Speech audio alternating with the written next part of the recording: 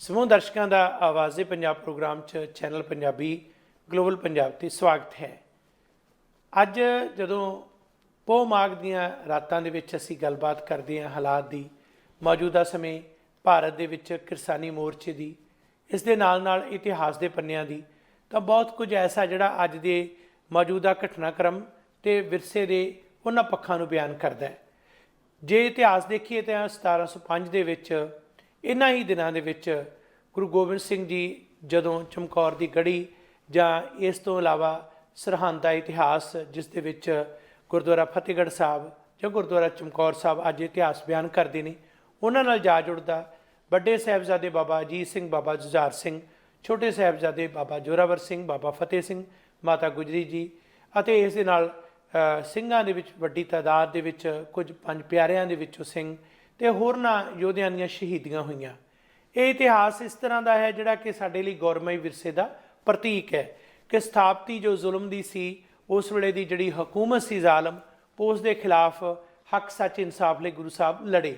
ਇਹ ਜ਼ਰ ਜ਼ੋਰੂ ਜ਼ਮੀਨ ਦੀ ਕਿਸੇ ਵੀ ਲੜਾਈ ਨਹੀਂ ਸੀ ਜਾਂ ਕੋਈ ਬਾਦਸ਼ਾਹਤ ਕਾਇਮ ਕਰਨ ਦੀ, ਪਰ ਇਹ ਜ਼ੁਲਮ ਦੇ ਖਿਲਾਫ ਲੜਾਈ ਸੀ ਅਤੇ ਸ਼ਹੀਦੀਆਂ ਜਿਹੜੀਆਂ ਹੋਈਆਂ ਇਸ ਦੀ ਪ੍ਰਮਾਣ ਮਿਸਾਲ ਨੇ। ਇਸੇ ਤਰ੍ਹਾਂ ਇਹ ਲੜਾਈ ਕੇਵਲ ਉਸ ਵੇਲੇ ਇਸਲਾਮ ਦੇ ਖਿਲਾਫ ਨਹੀਂ ਸੀ, ਬਲਕਿ ਉਸ ਵੇਲੇ ਜਿਹੜੇ ਮੁਗਲਿਆ ਹਕੂਮਤ ਦੇ ਨਾਲ ਦੂਸਰੇ ਪਾਸੇ ਹਿੰਦੂ ਕੱਟੜਪੰਥੀ ਪਹਾੜੀ ਰਾਜੇ ਸਨ, ਜਿਹੜੇ ਕਿ ਜਿਨ੍ਹਾਂ ਦੇ ਵੱਡੇ ਵਡੇਰਿਆਂ ਨੂੰ ਗੁਰੂ ਹਰਗੋਬਿੰਦ ਸਾਹਿਬ ਨੇ ਜੇਲ੍ਹਾਂ 'ਚੋਂ ਮੁਕਤ ਕਰਾਇਆ ਸੀ, ਗਵਾਲੀਅਰ ਦੇ ਕਿਲ੍ਹੇ 'ਚੋਂ।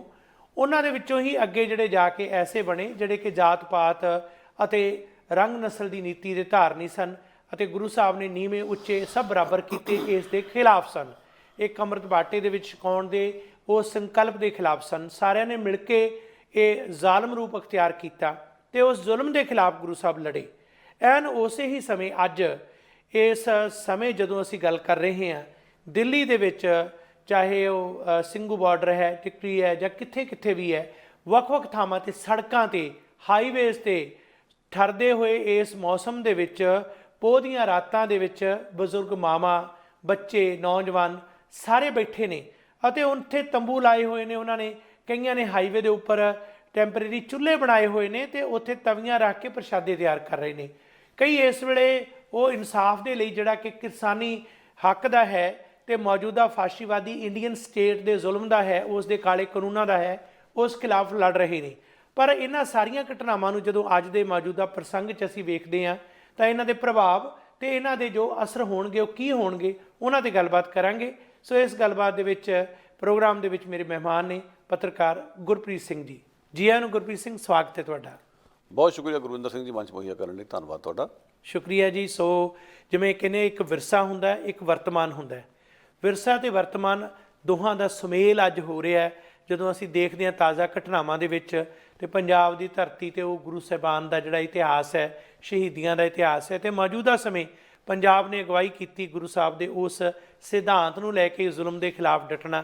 ਜ਼ਾਲਮ ਉਸ ਵੇਲੇ ਜਿਹੜਾ ਸੀ ਬਾਦਸ਼ਾਹ ਅਤੇ ਅੱਜ ਦਾ ਜ਼ਾਲਮ ਬਾਦਸ਼ਾਹ, ਉਹਦੇ ਵਿੱਚ ਕੋਈ ਫਰਕ ਨਹੀਂ ਹੈ। ਸੋ ਤਾਜ਼ਾ ਘਟਨਾਵਾਂ ਦੇ ਪ੍ਰਸੰਗ ਦੇ ਵਿੱਚ ਤੁਸੀਂ ਕੀ ਮਹਿਸੂਸ ਕਰਦੇ ਹੋ? ਮੈਂ ਮਹਿਸੂਸ ਕਰਦਾ ਕਿ ਅੱਗੇ ਤਾਂ ਰਵਾਇਤੀ ਤੌਰ 'ਤੇ ਜਦੋਂ ਵੀ ਜੋੜ ਮੇਲੇ ਲੱਗਦੇ ਸੀ ਜੀ, ਅਤੇ ਵੱਖ-ਵੱਖ ਸਿਆਸੀ ਪਾਰਟੀਆਂ ਆਪੋ ਆਪਣੇ ਸਟੇਜ ਲਾ ਕੇ ਆਪੋ ਆਪਣੇ ਤਰੀਕੇ ਨਾਲ ਪ੍ਰਚਾਰ ਕਰਦੀਆਂ ਸੀਗੀਆਂ ਔਰ ਦਾਅਵੇ ਇਹ ਕਰਦੇ ਸੀ ਕਿ ਅਸੀਂ ਜਿਵੇਂ ਉਹਨਾਂ ਦੇ ਅਸਲੀ ਵਾਰਿਸ ਹਾਂ। ਰੱਜ ਕੇ ਝੂਠ ਸਟੇਜਾਂ ਤੋਂ ਬੋਲਿਆ ਜਾਂਦਾ ਸੀਗਾ, ਗੁੰਮ ਪ੍ਰਚਾਰ। ਸੋ ਪਾਰਟੀਆਂ ਆਪਣੇ ਆਪਣੇ ਦਾਅਵੇ ਜਿਤਾਉਂਦੀਆਂ ਸੀਗੀਆਂ ਜੀ। ਕੋਈ ਕਹਿੰਦੇ ਸੀ ਅਸੀਂ ਪੰਥਕ ਪਾਰਟੀ ਹਾਂ, ਕੋਈ ਕੁਝ ਅਤੇ ਕੋਈ ਕੁਝ। ਪਰ ਐਤਕੀ ਮੈਂ ਸਮਝਦਾ ਜੋ ਦਿੱਲੀ ਵਿੱਚ ਨਜ਼ਾਰਾ ਕੇਂਦਰ ਦੀ ਸਰਕਾਰ ਨੂੰ ਕਿਸਾਨਾਂ ਨੇ ਵਿਖਾ ਦਿੱਤਾ, ਅਸਲ 'ਚ ਉਹ ਉਹਨਾਂ ਸ਼ਹੀਦਾਂ ਦੇ ਵਾਰਿਸ ਨੇ। ਉਹਨਾਂ ਨੇ ਉਸ ਮਹਾਨ ਵਿਰਾਸਤ ਨੂੰ ਅੱਗੇ ਤੋਰਿਆ, ਉਸ ਰਵਾਇਤ 'ਤੇ ਜਿਹੜਾ ਹੈ ਸੱਚੇ ਅਰਥਾਂ ਦੇ ਵਿੱਚ ਉਹਨਾਂ ਨੇ ਫੁੱਲ ਚੜ੍ਹਾਏ ਨੇ। ਸੋ ਮੈਂ ਸਮਝਦਾ ਇਹ ਸੱਚੀ ਸ਼ਰਧਾਂਜਲੀ ਹੈ ਉਹਨਾਂ ਨੂੰ, ਉਹਨਾਂ ਸ਼ਹੀਦਾਂ ਨੂੰ ਜਿਹਨਾਂ ਨੂੰ ਅਸੀਂ ਰਸਮੀ ਤੌਰ 'ਤੇ ਰਵਾਇਤੀ ਤੌਰ 'ਤੇ ਯਾਦ ਕਰਦੇ ਹਾਂ। ਇਹ ਰਵਾਇਤੀ ਤੌਰ 'ਤੇ ਨਹੀਂ ਕੀਤਾ ਜਾ ਰਿਹਾ, ਸਗੋਂ ਐਲਾਨੀਆ ਤੌਰ 'ਤੇ ਉਸੇ ਸੋਚ ਅਧੀਨ ਸਰਕਾਰ ਦੀਆਂ ਅੱਖਾਂ 'ਚ ਅੱਖਾਂ ਪਾ ਕੇ ਦੱਸਿਆ ਜਾ ਰਿਹਾ ਕਿ ਤੁਸੀਂ ਗਲਤ ਹੋ, ਅਸੀਂ ਡੱਕਰੇ ਹੋ ਜਾਵਾਂਗੇ, ਇੱਥੋਂ ਹਿੱਲਾਂਗੇ ਨਹੀਂ ਜਦੋਂ ਸਾਡੀਆਂ ਮੰਗਾਂ ਨਹੀਂ ਮੰਨੀਆਂ ਜਾਂਦੀਆਂ। ਜੀ, ਤਸ਼ੱਦਦ ਵੀ ਉਹਨਾਂ ਨੇ ਉੱਥੇ ਜਰਿਆ, ਬਜ਼ੁਰਗ ਜਿਹੜੇ ਆ ਉਹਨਾਂ ਨਾਲ ਬਦਤਮੀਜ਼ੀ ਹੋਈ, ਉੱਥੇ ਬੱਚੇ ਵੀ ਸ਼ਾਮਲ ਹੋਏ ਨੇ, ਮਾਤਾਵਾਂ ਵੀ ਸ਼ਾਮਲ ਹੋਈਆਂ ਨੇ। ਸੋ ਇਹ ਮੈਂ ਸਮਝਦਾ ਇੱਕ ਤਰੀਕੇ ਨਾਲ ਉਸ ਗੌਰਵਮਈ ਇਤਿਹਾਸ ਨੂੰ ਅੱਗੇ ਤੋਰਨ ਦਾ ਇੱਕ ਬਹੁਤ ਵਧੀਆ ਢੰਗ ਤਰੀਕਾ। ਜੀ, ਤੁਸੀਂ ਦੇਖੋ ਜਦੋਂ ਤਾਜ਼ਾ ਘਟਨਾਵਾਂ ਦੇ ਵਿੱਚ ਅਸੀਂ ਦੇਖਦੇ ਹਾਂ ਕਿ ਇੱਕ ਪਾਸੇ ਇੱਕ ਮਾਤਾ ਜਿਹੜਾ ਚੁੱਲ੍ਹਾ ਚੌਂਕਾ ਹਾਈਵੇ 'ਤੇ, ਨੈਸ਼ਨਲ ਹਾਈਵੇ 'ਤੇ ਚੁੱਲ੍ਹਾ ਟੈਂਪਰੇਰੀ ਬਣਾ ਕੇ ਤੇ ਉਹਦੇ 'ਚ ਰੋਟੀ ਤਿਆਰ ਕਰ ਰਹੀ ਹੈ ਤੇ ਐਨ ਠਰੀਆਂ ਸਰਦੀ ਦੀਆਂ ਰਾਤਾਂ ਦੇ ਵਿੱਚ ਜਿਹੜੇ 70-80 ਸਾਲ ਦੀਆਂ ਬਜ਼ੁਰਗ ਮਾਤਾਵਾਂ ਨੇ ਤੇ ਐਡਾ ਪੱਥਰ ਦਿਲ ਜ਼ਾਲਮ ਜਿਹੜਾ ਇਨਸਾਨ ਹੋ ਕੇ ਹਕੂਮਤ ਨੂੰ ਇਹ ਚਲਾ ਰਿਹਾ ਹੈ, ਭਾਰਤ ਦਾ ਫਾਸ਼ੀਵਾਦੀ ਇਹ ਜਿਹੜਾ ਸਿਸਟਮ ਹੈ, ਇਹਦੇ ਨਾਲ ਇੱਕ ਹੋਰ ਜਿਹੜਾ ਨਵਾਂ ਇਹਨਾਂ ਨੇ ਸੰਤਾਪ ਖੇਡਿਆ ਕਿ ਵਿਦੇਸ਼ਾਂ ਦੇ ਵਿੱਚ ਜਿਹੜੇ ਲੋਕ ਇਸ ਜ਼ੁਲਮ ਦੇ ਖਿਲਾਫ ਉੱਠ ਖੜੇ ਹੋਏ ਨੇ, ਜਿਹੜੀਆਂ ਸੰਸਥਾਵਾਂ ਉੱਠ ਖੜੀਆਂ, ਜਿਹੜੇ ਮੈਂਬਰ ਆਫ ਪਾਰਲੀਮੈਂਟ ਉੱਠ ਖੜੇ ਨੇ, ਉਹਨਾਂ ਦੇ ਖਿਲਾਫ ਕਈ ਤਰ੍ਹਾਂ ਦੇ ਸ਼ਿਕੰਜੇ ਤਿਆਰ ਕਰਨ ਦੀ ਕੋਸ਼ਿਸ਼ ਹੈ। ਪਿੱਛੇ ਜੇ ਇੰਗਲੈਂਡ ਦੇ ਵਿੱਚ ਇੱਕ ਲੈਟਰ ਸਾਹਮਣੇ ਆਈ ਕਿ 36 ਜਿਹੜੇ ਮੈਂਬਰ ਆਫ ਪਾਰਲੀਮੈਂਟ ਹੈ ਜਿਨ੍ਹਾਂ ਨੇ ਇਹ ਕਿਹਾ ਕਿ ਇਹ ਕਾਨੂੰਨ ਵਾਪਸ ਲਏ ਜਾਣ ਤੇ ਜਿਹੜੇ ਲੋਕਾਂ 'ਤੇ ਸ਼ਾਂਤਮਈ ਢੰਗ ਨਾਲ ਪ੍ਰਦਰਸ਼ਨ ਕਰ ਰਹੇ ਆ ਉਹਨਾਂ 'ਤੇ ਇਹ ਜ਼ੁਲਮ ਨਾ ਢਾਇਆ ਜਾਏ। ਤੇ ਉੱਥੋਂ ਦੀ ਜਿਹੜੀ ਹਾਈ ਕਮਿਸ਼ਨ ਨੂੰ ਇੱਕ ਲੈਟਰ ਤਿਆਰ ਕਰਕੇ ਦਿੱਤਾ ਗਿਆ ਕਿ ਇਹਨਾਂ ਦਾ ਭਾਰਤ ਦਾਖਲਾ ਰੋਕਿਆ ਜਾਏ।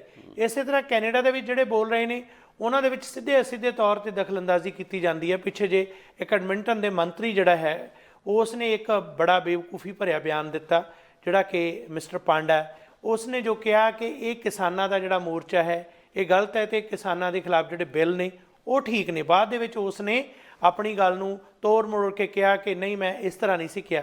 ਪਰ ਇੱਥੇ ਵੀ ਸੁਲਗ ਰਹੀ ਹੈ ਗੱਲ। ਇੱਥੇ ਉਹੋ ਜਿਹੇ ਲੋਕ ਜਿਹੜੇ ਇਹਨਾਂ ਹਕੂਮਤਾਂ ਦੇ ਖਿਲਾਫ ਲੜ ਰਹੇ ਨੇ, ਅੰਦਰ ਖਾਤੇ ਉਹ ਸਾਰਾ ਕੁਝ ਚੱਲ ਰਿਹਾ, ਪਰ ਜੋ ਇਹ ਸਾਰਾ ਵਿਸ਼ਵ ਪੱਧਰੀ ਪ੍ਰਭਾਵ ਹੈ ਤੇ ਦੂਸਰੇ ਪਾਸੇ ਦਿੱਲੀ ਦੇ ਵਿੱਚ ਜੋ ਇਸ ਵੇਲੇ ਨਜ਼ਾਰਾ ਬਣਿਆ ਹੋਇਆ ਉਸ ਨੂੰ ਜਦੋਂ ਤੁਸੀਂ ਜੋੜ ਕੇ ਦੇਖਦੇ ਹੋ ਤਾਂ ਕੌਮਾਂਤਰੀ ਪੱਧਰ ਤੇ ਜਿਹੜਾ ਇਸ ਵੇਲੇ ਮੈਸੇਜ ਆ ਰਿਹਾ, ਸੁਨੇਹਾ ਜਾ ਰਿਹਾ, ਉਸ ਬਾਰੇ ਕੀ ਮਹਿਸੂਸ ਕਰਦੇ ਹੋ? ਸੁਨੇਹਾ ਬੜਾ ਸਪਸ਼ਟ ਹੈ ਕਿ ਭਾਰਤ ਸਰਕਾਰ ਨੇ ਜਮਹੂਰੀਅਤ ਦਾ ਇੱਕ ਬੁਰਕਾ ਪਾਇਆ ਹੋਇਆ, ਉਹ ਹੁਣ ਲੈ ਚੁੱਕਿਆ। ਵੈਸੇ ਤਾਂ ਕਈ ਉਦਾਹਰਨਾਂ ਸਾਡੇ ਸਾਹਮਣੇ ਸੀਗੀਆਂ ਜਿਸ ਵੇਲੇ ਇਸ ਨੂੰ ਹਊ ਪਰੇ ਕੀਤਾ ਗਿਆ ਜੀ। ਕਸ਼ਮੀਰ ਦੀ ਘੇਰਾਬੰਦੀ ਵੇਲੇ ਹਊ ਪਰੇ ਕੀਤਾ ਗਿਆ, ਸੀਏ ਵੇਲੇ ਇਸ ਨੂੰ ਹਊ ਪਰੇ ਕੀਤਾ ਗਿਆ ਇੱਥੋਂ ਦੀਆਂ ਸਥਾਪਤੀਆਂ ਵੱਲੋਂ। ਇਹ ਪਹਿਲੀ ਵਾਰ ਹੈ ਕਿ ਕਿਸਾਨੀ ਮੋਰਚਾ ਇੰਨਾ ਪ੍ਰਚੰਡ ਸੀ, ਇੰਨਾ ਜ਼ਬਰਦਸਤ ਸੀ ਕਿ ਉਹਦੇ ਨਾਲ ਇੱਕ ਮੁੱਠਾ ਜ਼ਾਹਰ ਕਰਨ ਲਈ ਇੱਥੇ ਵੱਡੀਆਂ ਰੈਲੀਆਂ ਹੋਈਆਂ। ਸਰਕਾਰ ਦੀ ਨਾਸੀ ਧੂੰਆਂ ਕੱਢਤਾ ਲੋਕਾਂ ਨੇ ਜੀ। ਸਰਕਾਰ ਕੋਲ ਕੋਈ ਚਾਰਾ ਰਹਿ ਨਹੀਂ ਸੀਗਾ ਕਿ ਸਿਵਾਏ ਮੂੰਹ ਖੋਲਣ ਦੇ। ਚਾਹੇ ਪ੍ਰਧਾਨ ਮੰਤਰੀ ਜਸਟਿਨ ਟਰੂਡੋ ਨੇ, ਚਾਹੇ ਟੋਰੀ ਪਾਰਟੀ ਦੇ ਨੇਤਾ, ਚਾਹੇ ਐਨਡੀਪੀ ਦੇ ਨੇਤਾ, ਯਾਨੀ ਸਾਰੀਆਂ ਪਾਰਟੀਆਂ ਨੇ ਇੱਕ ਆਵਾਜ਼ ਦੇ ਵਿੱਚ ਇਸ ਜ਼ੁਲਮ ਸਤਮ ਦਾ ਵਿਰੋਧ ਕੀਤਾ। ਹੁਣ ਗੱਲ ਇਹ ਤੇ ਕਿ ਉੱਥੇ ਤਾਂ ਝੂਠ ਬੋਲੀ ਜਾਂਦੇ ਕਿ ਅਸੀਂ ਬਹੁਤ ਵੱਡੇ ਲੋਕਤੰਤਰ ਹਾਂ। ਜੇ ਤੁਸੀਂ ਸੱਚਮੁੱਚ ਲੋਕਤੰਤਰ ਹੋ, ਪਹਿਲੀ ਗੱਲ ਜੇ ਕਿਸਾਨ ਪੰਜਾਬ ਤੋਂ ਦਿੱਲੀ ਵੱਲ ਨੂੰ ਕੂਚ ਕਰ ਰਹੇ ਆ ਤਾਂ ਉਹਨਾਂ ਨੂੰ ਦਿੱਲੀ ਆਉਣ ਦਿਓ, ਮੁਜ਼ਾਹਰਾ ਕਰਨ ਦਿਓ, ਮੁਜ਼ਾਹਰਾ ਕਰਕੇ ਵਾਪਸ ਮੁੜ ਜਾਣਗੇ। ਜੋ ਕੁਝ ਭਜਨ ਲਾਲ ਨੇ ਆਪਣੇ ਦੌਰ 'ਚ ਕੀਤਾ, ਜੋ ਕਾਂਗਰਸੀ ਹੁਕੂਮਤ ਨੇ ਉਸ ਵੇਲੇ ਕੀਤਾ, ਉਹ ਮੋਦੀ ਸਰਕਾਰ ਨੇ ਕੀਤਾ, ਉਹ ਮਨੋਹਰ ਲਾਲ ਖੱਟਰ ਨੇ ਕੀਤਾ।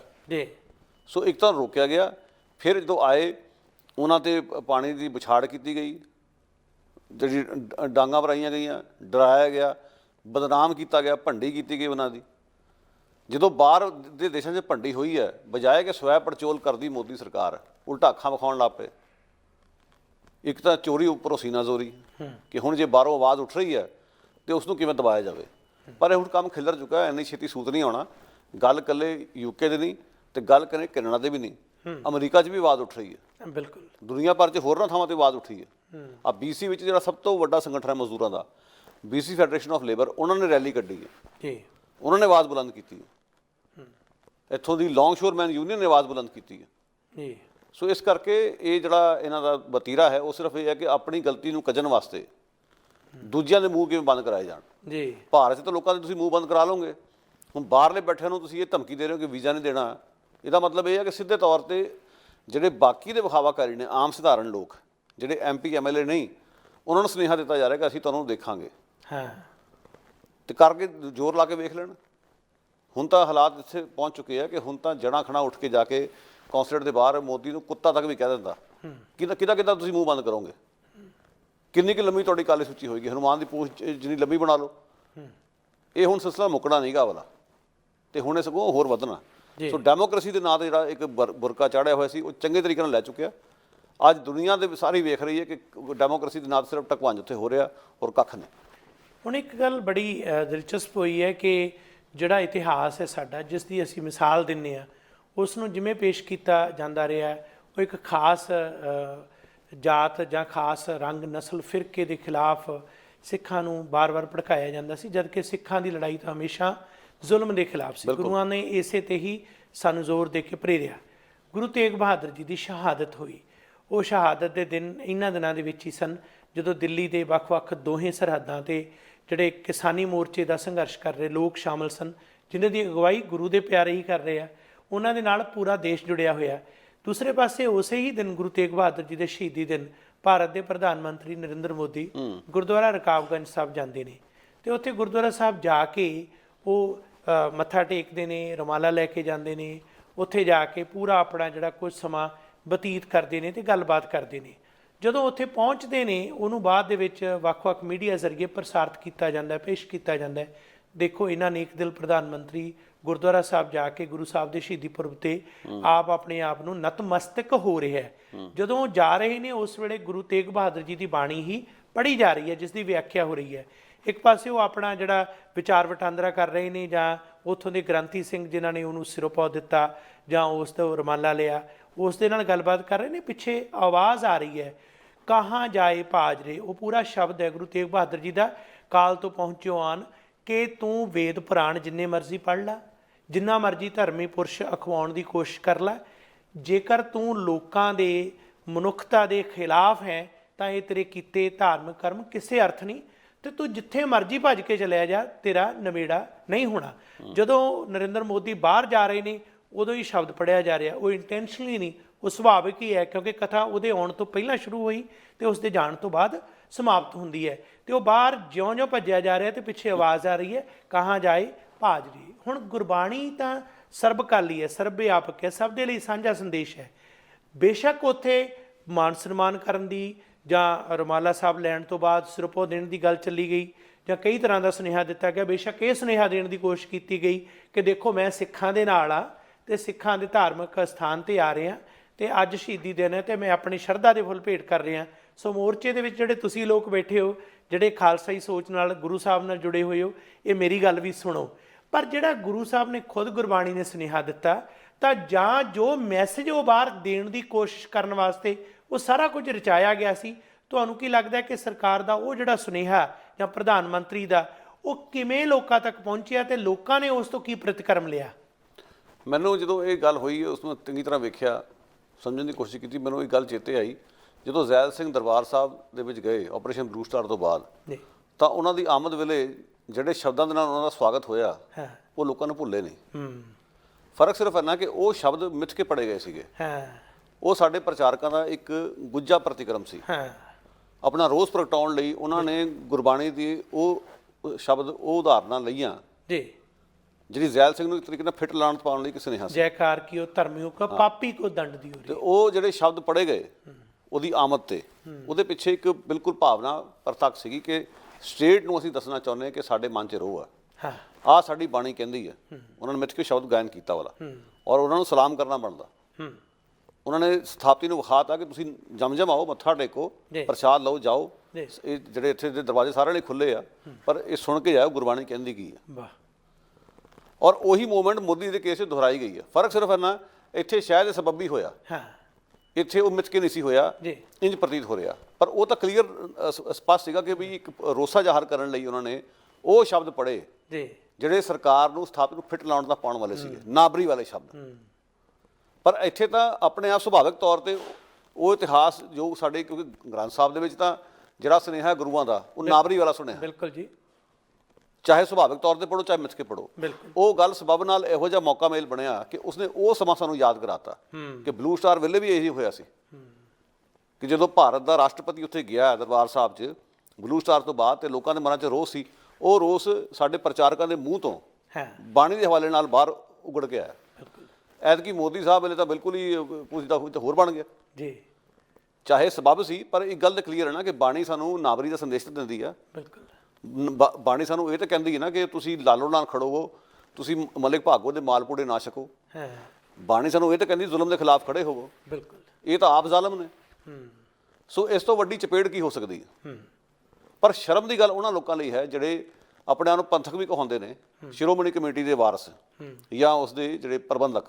ਦੇਖੋ, ਜਿਹੜੀ ਘਟੀਆ ਗੱਲ ਇਹ ਹੋਈ ਹੈ ਕਿ ਇਸ ਦੌਰਾਨ ਸਿਰਫ ਤੋਂ ਸਿਰਫ ਪਤਾ ਕਿ ਕਿਸਾਨੀ ਅੰਦੋਲਨ ਚੱਲ ਰਿਹਾ ਹੈ, ਉਸ ਵਿੱਚ ਸਿੱਖ ਅਗਵਾਈ ਲੈ ਰਹੇ ਨੇ। ਇਸ ਮੌਕੇ ਤੇ ਉਹਨਾਂ ਦਾ ਜਾਣਾ ਇਹ ਸਬਬ ਨਹੀਂ ਸੀਗਾ, ਮਿਥ ਕੇ ਕੀਤਾ ਗਿਆ। ਬਿਲਕੁਲ, ਇਹ ਪੜਪੰਚ ਮਿਥ ਕੇ ਰਚਿਆ ਗਿਆ। ਔਰ ਮੇਰਾ ਇਹ ਵਿਸ਼ਵਾਸ ਹੈ ਗੁਰਵਿੰਦਰ ਸਿੰਘ ਜੀ, ਇਹ ਸਿਰਫ ਇਸ ਕਰਕੇ ਹੋ ਰਿਹਾ ਕਿ ਵਿਦੇਸ਼ਾਂ 'ਚ ਆਵਾਜ਼ ਉੱਠ ਰਹੀ ਹੈ, ਵਿਦੇਸ਼ਾਂ 'ਚ ਸਿੱਖਾਂ ਦੀ ਤੂਤੀ ਬੋਲਦੀ ਹੈ, ਵਿਦੇਸ਼ਾਂ ਵਿੱਚ ਸਿੱਖਾਂ ਦਾ ਗਲਬਾ ਹੈ ਸਿਆਸਤ ਦੇ ਉੱਤੇ। ਉਹਨਾਂ ਨੂੰ ਕੀਲਣ ਵਾਸਤੇ ਡਰਾਮੇ ਹੋ ਰਹੇ। ਨਹੀਂ ਤਾਂ ਜਾਮਾ ਮਸਜਿਦ ਕਿਉਂ ਚਲਾ ਗਿਆ ਮੋਦੀ? ਮੁਸਲਮਾਨ ਵੀ ਤਾਂ ਮੋਰਚੇ ਸ਼ਾਮਲ ਨੇ, ਜੀ ਈਸਾਈ ਵੀ ਸੁਣਿਆ ਕਿ ਈਸਾਈ ਵੀ ਉਹ ਮੋਰਚੇ ਸ਼ਾਮਲ ਹੋਏ ਨੇ। ਫਿਰੋਜ਼ਪੁਰ 'ਚ ਈਸਾਈਆਂ ਨੇ ਵੀ ਇੱਕ ਇਕੱਠ ਕੀਤਾ, ਗਿਰਜਾਘਰ ਵੀ ਜਾ ਸਕਦਾ ਸੀਗਾ। ਸੋ ਗੁਰਦੁਆਰੇ ਜਾਣ ਦਾ ਮਕਸਦ ਇਹ ਸੀ ਕਿ ਸਿੱਖਾਂ ਨੂੰ ਕਿਵੇਂ ਕੀਲ ਲਿਆ ਜਾਵੇ, ਔਰ ਨਾਲ ਦੀ ਨਾਲ ਇੱਕ ਸਬਬ ਨਹੀਂ ਸੀਗਾ, ਇਹ ਮਿਥ ਕੇ ਕੀਤਾ ਗਿਆ। ਇੱਕ ਕਿਤਾਬਚਾ ਕੱਢਿਆ ਗਿਆ, ਸੂਚਨਾ ਪ੍ਰਸਾਰਣ ਜਿਹੜਾ ਮੰਤਰਾਲੇ ਹੈ ਉਹਨਾਂ ਵੱਲੋਂ, ਉਸ ਵਿੱਚ ਦੱਸਣ ਦੀ ਕੋਸ਼ਿਸ਼ ਕੀਤੀ ਕਿ ਮੋਦੀ ਦੇ ਸਿੱਖਾਂ ਨਾਲ ਕਿੰਨੇ ਸੰਬੰਧ ਸੁਖਾਵੇਂ ਨੇ, ਮੋਦੀ ਨੇ ਸਿੱਖਾਂ ਲਈ ਬੜਾ ਕੁਝ ਕੀਤਾ। ਔਰ ਸ਼ਰਮ ਨਾਲ ਸਿਰ ਝੁਕਦਾ ਜਦੋਂ ਅਸੀਂ ਵੇਖਦੇ ਹਾਂ ਕਿ ਕਿਤਾਬ ਜਦੋਂ ਸ਼ੁਰੂ ਹੁੰਦੀ ਹੈ, ਪਹਿਲਾ ਮੁਖਬੰਦ ਜਿਹੜਾ ਹੈ ਉਹਦੇ ਵਿੱਚ ਸ਼੍ਰੋਮਣੀ ਕਮੇਟੀ ਵਾਲੇ ਮੋਦੀ ਨੂੰ ਮਸੀਹਾ ਲਿਖ ਰਹੇ ਨੇ, ਮਸੀਹਾ ਲਿਖ ਕੇ ਸੰਬੋਧਨ ਕਰ ਰਹੇ ਨੇ, ਔਰ ਉਸ ਨੂੰ ਕੌਮੀ ਸੇਵਾ ਮੈਡਲ ਨਾਲ ਨਵਾਜਿਆ ਗਿਆ ਇਹ ਦੱਸ ਰਹੇ ਨੇ, ਔਰ ਸਾਰੀਆਂ ਪ੍ਰਾਪਤੀਆਂ ਲਈ ਉਹਨਾਂ ਦੇ ਸਿਰ ਸਿਰਾ ਬਣ ਰਹੇ ਨੇ।